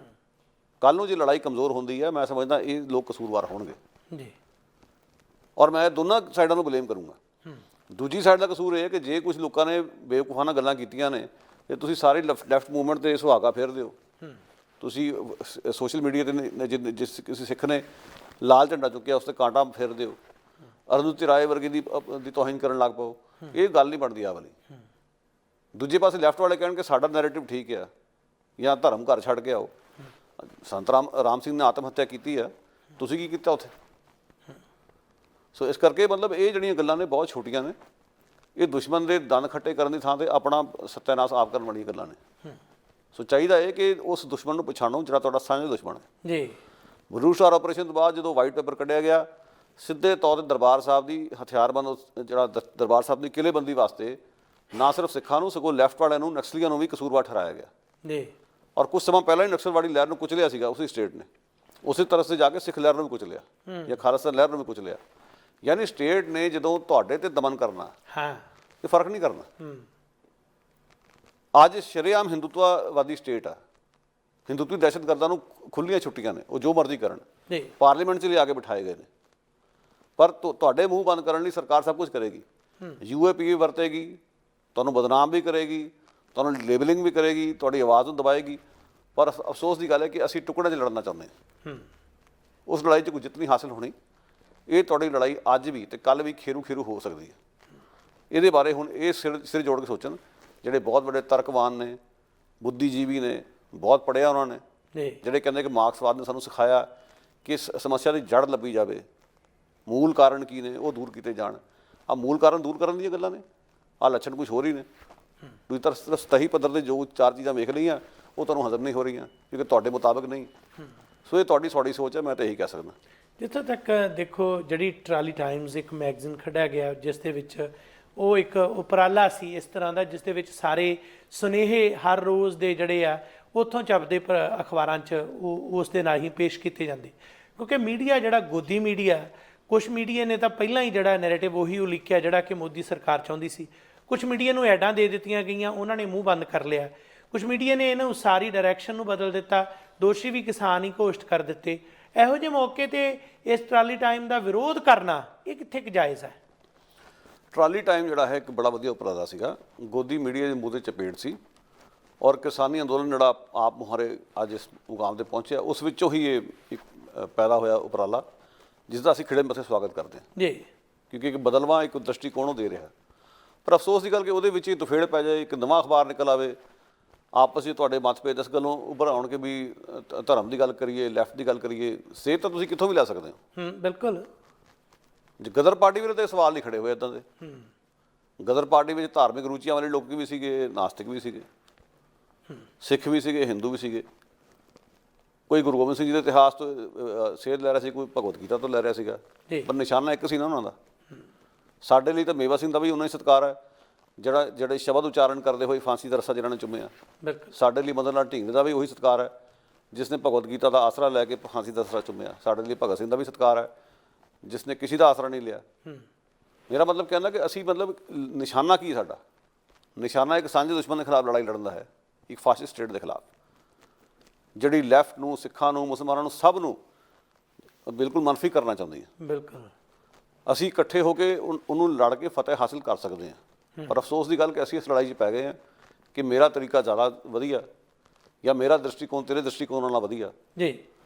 ਆਪਸ ਹੀ ਜਿਹੜੀ ਇਲਜ਼ਾਮ ਤਰਾਸ਼ੀ ਜਿਹੜੀ ਸ਼ੁਰੂ ਹੋ ਚੁੱਕੀ ਹੈ, ਇਹ ਕੋਈ ਬਹੁਤ ਹੀ ਵਧੀਆ ਗੱਲ ਨਹੀਂ। ਔਰ ਖਾਸ ਤੌਰ 'ਤੇ ਜਦੋਂ ਅਸੀਂ ਹੁਣ ਗੱਲ ਕਰਕੇ ਹਟੇ ਹਾਂ ਮਾਤਾ ਗੁਜਰੀ ਦੀ ਜਾਂ ਸਾਹਿਬਜ਼ਾਦਿਆਂ ਦੀ ਜੀ ਜਾਂ ਚਮਕੌਰ ਦੀ ਗੜੀ ਦੀ, ਸਾਨੂੰ ਇਹ ਨਹੀਂ ਭੁੱਲਣਾ ਚਾਹੀਦਾ ਕਿ ਸਿਆਸੀ ਕੈਦੀ ਜੇਲ੍ਹਾਂ 'ਚ ਸਾੜੇ ਜਾ ਰਹੇ, ਉਹ 'ਚ ਸਿੱਖ ਵੀ ਨੇ, ਉਸ ਵਿੱਚ ਲੈਫਟਿਸਟ ਵੀ ਨੇ, ਮੁਸਲਿਮ ਵੀ ਨੇ, ਦਲਿਤ ਵੀ ਨੇ, ਆਦੀਵਾਸੀ ਵੀ ਨੇ। ਬਿਲਕੁਲ ਜੀ। ਹੁਣ ਜੇ ਤੁਸੀਂ ਪੋਸਟਰ ਲਾਉਣੇ ਸੀਗੇ ਸਭ ਦੇ ਲਾ ਦਿਓ, ਉੱਥੇ ਵੀ ਤੁਸੀਂ ਆਪਣਾ ਮਜ਼ਾਕ ਆਪ ਉਡਵਾਇਆ। ਸੋ ਇਹ ਬਹੁਤ ਸੌੜੀ ਸੋਚ ਸੀਗੀ। ਮੈਂ ਸਮਝਦਾ ਕਿ ਲੈਫਟ ਦਾ ਬਹੁਤ ਵੱਡਾ ਫੇਲੀਅਰ ਸੀਗਾ ਵਾਲਾ। ਸੋ ਜੇ ਕੱਲ੍ਹ ਨੂੰ ਇਹ ਮੁਹਿੰਮ ਕਮਜ਼ੋਰ ਪੈਂਦੀ ਹੈ ਤੇ ਇਹਨਾਂ ਲੋਕਾਂ ਦੀ ਬਦੌਲਤ ਪਏਗੀ। ਇੱਕ ਇਹ ਆਪ ਮੁਹਾਰੇ ਉੱਠੀ ਮੂਵਮੈਂਟ ਹੈ ਜਿਸ ਵਿੱਚ ਹਰ ਤਰ੍ਹਾਂ ਦੇ ਲੋਕ ਸ਼ਾਮਲ ਨੇ। ਪਹਿਲੀ ਗੱਲ ਹੈ ਕਿ ਤੁਸੀਂ ਕਹਿੰਦੇ ਹੋ ਕਿ ਚਲੋ ਇੱਕ ਤਬਕੇ ਦੀ ਗੱਲ ਕਰੋ, ਕਿਸਾਨਾਂ ਦੀ ਗੱਲ ਕਰੋ। ਕਿਸਾਨਾਂ ਦੀ ਗੱਲ ਕਰ ਲੈਂਦੇ ਹਾਂ, ਪਰ ਜਿਹੜੇ ਕਿਸਾਨ ਉੱਥੇ ਬੈਠੇ ਨੇ ਉਹਨਾਂ ਦਾ ਆਪਣਾ ਵੀ ਤਾਂ ਕੋਈ ਪਛਾਣ ਹੈ, ਉਹਨਾਂ ਦੀ ਆਪਣਾ ਵੀ ਕੋਈ ਪਿਛੋਕੜ ਹੈ, ਕੋਈ ਕਿਤੋਂ ਆਇਆ ਕੋਈ ਕਿਤੋਂ ਆਇਆ। ਨਿਸ਼ਾਨਾ ਤਾਂ ਉਹਨਾਂ ਦਾ ਇੱਕ ਮੌਕੇ 'ਤੇ ਇੱਕੋ ਹੀ ਹੈ ਨਾ। ਅਸੀਂ ਮਤਲਬ ਇਸ ਗੱਲ ਦੇ ਵਿੱਚ ਪੈ ਹੀ ਕਿਉਂ ਰਹੇ ਹਾਂ ਔਰ ਕਿਹਨਾਂ ਨੂੰ ਖੁਸ਼ ਕਰਨ ਵਾਸਤੇ। ਔਰ ਫਿਰ ਗੱਲ ਇੱਥੇ ਨਹੀਂ ਕਿ ਵੀ ਖਾਲਿਸਤਾਨੀ ਇਸ ਵਿੱਚ ਆ ਗਏ, ਇੱਥੋਂ ਤੱਕ ਵੀ ਕਹਿ ਦੇਣਾ ਸਟੇਜਾਂ ਤੋਂ ਖੜ੍ਹ ਕੇ ਨਿਸ਼ਾਨ ਸਾਹਿਬ ਚੱਕ ਕੇ ਲੈ ਜਾਓ, ਨਿਹੰਗਾਂ ਨੂੰ ਕਹਿਣਾ ਕਿ ਤੁਸੀਂ ਛਾਉਣੀ ਚੱਕ ਲਓ ਆਪਣੀ ਇੱਥੋਂ। ਇਹ ਤਾਂ ਗੱਲਾਂ ਬੜੀਆਂ ਅਜੀਬ ਕਿਸਮ ਦੀਆਂ ਗੱਲਾਂ ਨੇ, ਕਿਉਂਕਿ ZTV ਸਾਨੂੰ ਬਦਨਾਮ ਨਾ ਕਰੇ ਉਸ ਤੋਂ ਡਰਦੇ ਹਾਂ, ਆਪਣੀ ਚੰਮ ਬਚਾਉਂਦੇ ਅਸੀਂ ਐਂ ਕਰ ਲਈਏ ਅਸੀਂ ਉਹ ਕਰ ਲਈਏ। ਕੱਲ੍ਹ ਨੂੰ ZTV ਕਹੂਗਾ ਕਿ ਦਸਤਾਰਧਾਰੀ ਸਾਰੇ ਖਾਲਿਸਤਾਨੀ ਨੇ, ਵੀ ਦਸਤਾਰਾਂ ਲਾ ਲੈਣਗੇ ਸਿੱਖ ਜਿਹੜੇ, ਮੂੰਹ ਸਿਰ ਬਣਾ ਲੈਣਗੇ ਆਪਣੇ, ਸਿਰਫ ZTV ਨੂੰ ਸੰਤੁਸ਼ਟ ਕਰਨ ਵਾਸਤੇ। ਕੋਈ ਸੈਂਸ ਨਹੀਂ ਬਣਦੀ ਗੱਲ ਦੀ ਮੇਰੇ ਹਿਸਾਬ ਨਾਲ। ਇਹ ਗੱਲ ਬੜੀ ਕਮਾਲ ਦੀ ਹੋਈ ਹੈ ਕਿ ਜਿਸ ਤਰ੍ਹਾਂ ਦੇ ਗੋਦੀ ਮੀਡੀਆ ਦੀ ਉੱਥੇ ਕਰਤੂਤ ਸੀ, ਲੋਕਾਂ ਨੇ ਉਸ ਨੂੰ ਰੱਦ ਕੀਤਾ। ਬਹੁਤ ਸਾਰੇ ਗੋਦੀ ਮੀਡੀਆ ਦੇ ਇਸ ਗੱਲ ਦੇ ਵਿੱਚ ਅਸਫਲ ਵੀ ਹੋਏ ਨੇ, ਦੇਸ਼ ਵਿਦੇਸ਼ 'ਚ ਉਹਨਾਂ ਨੂੰ ਇਸ ਗੱਲ ਦੀ ਝਾੜ ਪੈ ਰਹੀ ਹੈ। ਅਤੇ ਦੂਸਰੇ ਪਾਸੇ ਵਿਦੇਸ਼ਾਂ ਦੇ ਵਿੱਚ ਜਿਹੜੀਆਂ ਸੰਸਥਾਵਾਂ ਨੇ ਨੌਨ ਪੋਲੀਟੀਕਲ ਮਜ਼ਦੂਰਾਂ ਦੇ ਕਿਸਾਨਾਂ ਦੇ ਹੱਕ 'ਚ ਡਟੀਆਂ ਨੇ, ਜਿਵੇਂ ਅਸੀਂ ਆਰੰਭ ਦੇ ਵਿੱਚ ਕਿਹਾ BC ਫੈਡਰੇਸ਼ਨ ਲੇਬਰ, ਜਿਸ ਵੱਲੋਂ ਇਕੱਠ ਕਰਕੇ ਇਸ ਦੇ ਪ੍ਰਤੀ ਰੋਸ ਪ੍ਰਗਟਾਉਣਾ, ਜਿਹੜੀ ਕਿ ਇੱਕ ਬੜੀ ਜ਼ਬਰਦਸਤ ਸੰਸਥਾ ਹੈ, ਕੈਨੇਡਾ ਦੀ ਸੰਸਥਾ, ਉਹਨਾਂ ਨੇ ਇਸ ਗੱਲ ਦੀ ਆਵਾਜ਼ ਉੱਠੀ ਹੈ। ਉਹ ਸਾਰੀਆਂ ਆਵਾਜ਼ਾਂ ਇਸ ਵੇਲੇ ਚੱਲ ਰਹੀਆਂ ਨੇ, ਉੱਠ ਰਹੀਆਂ ਨੇ। ਇੱਕ ਉਹਨਾਂ ਦੇ ਲਾਈਨਾਂ ਦੇ ਵਿਚਕਾਰ ਜਿਹੜੀ ਗੱਲ ਇਹ ਆ ਰਹੀ ਹੈ ਕਿ ਜਿਹੜੇ ਇਹ ਧਨਾੜ ਘਰਾਣੇ ਨੇ, ਜਿਨ੍ਹਾਂ ਘਰਾਣਿਆਂ ਦੇ ਕਾਰਪੋਰੇਟ ਘਰਾਣਿਆਂ ਦੇ ਕਾਰਨ ਇਹ ਸਾਰਾ ਕੁਝ ਉਲੀਕਿਆ ਜਾ ਰਿਹਾ, ਉਹਨਾਂ ਦਾ ਲੱਕ ਤੋੜਨਾ ਤਾਂ ਉਹਨਾਂ ਦੇ ਪ੍ਰੋਡਕਟਸ ਜਿਹੜੇ ਸ਼ਾਂਤਮਈ ਢੰਗ ਦੇ ਨਾਲ ਉਹਨਾਂ ਦਾ ਬਾਈਕਾਟ ਕਰੋ। ਜਿਹੜੇ ਅੱਜ ਵੀ ਕਿਸਾਨਾਂ ਦੇ ਵਿਰੁੱਧ ਨੇ ਤੇ ਬਿੱਲਾਂ ਦੇ ਹੱਕ 'ਚ ਨੇ, ਉਹਨਾਂ ਅਦਾਰਿਆਂ ਨੂੰ ਵੀ ਜਿਹੜਾ ਹੈ ਇਸ ਵੇਲੇ ਤੁਸੀਂ ਬਕਾਇਦਾ ਅਲਵਿਦਾ ਕਹੋ, ਉਹਨਾਂ ਦੇ ਨਾਲੋਂ ਆਪਣਾ ਜਿਹੜਾ ਨਾਤਾ ਤੋੜੋ ਤੇ ਕਿਸਾਨ ਮੋਰਚੇ ਦੇ ਹੱਕ 'ਚ ਪ੍ਰਚਾਰ ਕਰਨ ਲਈ ਆਪੋ ਆਪਣੇ ਕਾਰੋਬਾਰੀ ਢੰਗ ਦੇ ਨਾਲ ਉੱਥੇ ਸਾਈਨ ਲਾਓ, ਸੁਨੇਹਾ ਦਿਓ, ਜਾਂ ਕਿਤੇ ਨਾ ਕਿਤੇ ਇਕੱਲੇ ਖੜ ਕੇ ਵੀ ਆਪਣਾ ਰੋਸ ਪ੍ਰਗਟਾਵਾ ਕਰੋ। ਕੈਨੇਡਾ ਦੀ BC ਫੈਡਰੇਸ਼ਨ ਲੇਬਰ ਜਾਂ ਫੈਡਰੇਸ਼ਨ ਕੈਨੇਡੀਅਨ ਜਿਹੜੀ ਹੈ, ਜਾਂ ਹੋਰ ਜਿਹੜੀਆਂ ਵਿਦੇਸ਼ਾਂ ਦੇ ਵਿੱਚ ਸੰਸਥਾਵਾਂ, ਹੁਣ ਜਿੰਨਾ ਇਹਨਾਂ ਦਾ ਆਪ ਮੁਹਾਰਾ ਵਹਾ ਚੱਲ ਰਿਹਾ, ਕਿਹਨੂੰ ਜਿਹੜੀ ਹੈ ਭਾਰਤ ਦੀ ਜਿਹੜੀ ਹੁਕਮਰਾਨ ਸਰਕਾਰ ਹੈ ਉਹ ਆਪਣੇ ਫਾਸ਼ੀਵਾਦੀ ਏਜੰਡੇ ਨੂੰ ਲਾਗੂ ਕਰਨ ਲਈ ਰੋਕ ਸਕੇਗੀ? ਇਹ ਬਹੁਤ ਮੁਸ਼ਕਿਲ ਹੋ ਜਾਊਗਾ, ਇਸ ਤਰ੍ਹਾਂ ਸੰਭਵ ਹੈ ਨਹੀਂਗਾ। ਪਹਿਲੀ ਗੱਲ ਕਿ ਮੈਂ ਤਾਂ ਕਹਿੰਦਾ ਵਧੀਆ ਸਰਕਾਰ ਆਪਣਾ ਜ਼ੋਰ ਲਾ ਕੇ ਵੇਖ ਲਵੇ। ਅਸੀਂ ਵੀ ਕਿਹੜਾ ਸਿੱਧਾ ਖਾਰ ਕੇ ਬੈਠੇ ਹਾਂ ਇੱਥੇ, ਅੱਗੇ ਹੋਰ ਲੋਕ ਉੱਠ ਪੈਣਗੇ, ਇੱਕ ਦਾ ਮੂੰਹ ਬੰਦ ਕਰੋਗੇ ਦੂਜਾ ਆ ਜਾਊਗਾ, ਦੂਜੇ ਦਾ ਕਰੋਗੇ ਤੀਜਾ ਆ ਜਾਊਗਾ, ਇਹ ਚੱਲੀ ਜਾਣਾ। ਅੱਜ ਕਿੱਥੇ ਨੇ ਉਹ ਜਿਹੜੇ ਮੋਦੀ ਨੂੰ ਮਿਲਣ ਲਈ ਸਪੈਸ਼ਲ ਗਏ ਸੀ ਉੱਥੇ ਇੱਥੋਂ, ਜਿਹਦੇ 'ਚ ਸਾਡੇ ਇੱਕ ਮੋਡਰੇਟ ਸਿੱਖ ਨੇਤਾ ਗਿਆਨੀ ਹਰਕੀਰਤ ਸਿੰਘ, ਇੱਕ ਸਵਰਨ ਗਿੱਲ, ਜਿਹੜੇ ਬੜੇ ਪੰਥਕ ਕਹਾਉਂਦੇ ਆਪਣੇ ਆਪ ਨੂੰ, ਉਹਨਾਂ ਦੀ ਫੋਟੋਆਂ ਵੀ ਉਸ ਕਿਤਾਬ 'ਚ ਛਪੀਆਂ। ਮਾਫ਼ ਕਰਨਾ, ਕਿਸੇ ਮੋਦੀ ਸਾਹਿਬ ਬੈਠੇ ਨੇ ਅਮਰੀਕਾ ਦੇ ਵਿੱਚ, ਨਾਲ ਗਰੁੱਪ ਫੋਟੋ ਕਰਵਾਈ ਜਾ ਰਹੀ ਹੈ। ਫਿਰ ਖਾਲਸਾ ਦੀਵਾਨ ਸੁਸਾਇਟੀ ਮੋਦੀ ਸਾਹਿਬ ਆਏ, ਉਹ ਫੋਟੋ ਵੀ ਕਿਤਾਬ 'ਚ ਸ਼ਾਮਿਲ ਕੀਤੀ ਗਈ ਹੈ। ਇਹ ਸਾਰਾ ਕੁਝ ਇਸ ਮੌਕੇ 'ਤੇ ਕਿਉਂ ਹੋ ਰਿਹਾ? ਕਿਉਂਕਿ ਆਵਾਜ਼ਾਂ ਉੱਠਣੀ ਸ਼ੁਰੂ ਹੋ ਗਈਆਂ। ਖਾਲਸਾ ਦੀਵਾਨ ਸੁਸਾਇਟੀ ਨੇ ਵੀ ਕਹਿ ਦਿੱਤਾ ਕਿ ਅਸੀਂ ਕਿਸਾਨਾਂ ਦੇ ਨਾਲ ਖੜ੍ਹੇ ਹਾਂ। ਮੇਰਾ ਮਤਲਬ ਕਹਿੰਦਾ ਕਿ ਇਹ ਜੋ ਡਰਾਮੇਬਾਜ਼ੀ ਹੋ ਰਹੀ ਹੈ, ਦਬਕੇ ਵਾਲੀ ਵੀ ਤੇ ਦੂਜਾ ਪਲੋਸ ਕੇ ਤੇ ਤਸਵੀਰਾਂ ਚਾੜ ਕੇ ਆਪਣੇ ਸਰਕਾਰੀ ਇਸ਼ਤਿਹਾਰ ਦੇ ਵਿੱਚ ਗੁੰਮਰਾਹ ਕਰਨ ਦੀ ਕੋਸ਼ਿਸ਼ ਹੋ ਰਹੀ ਹੈ।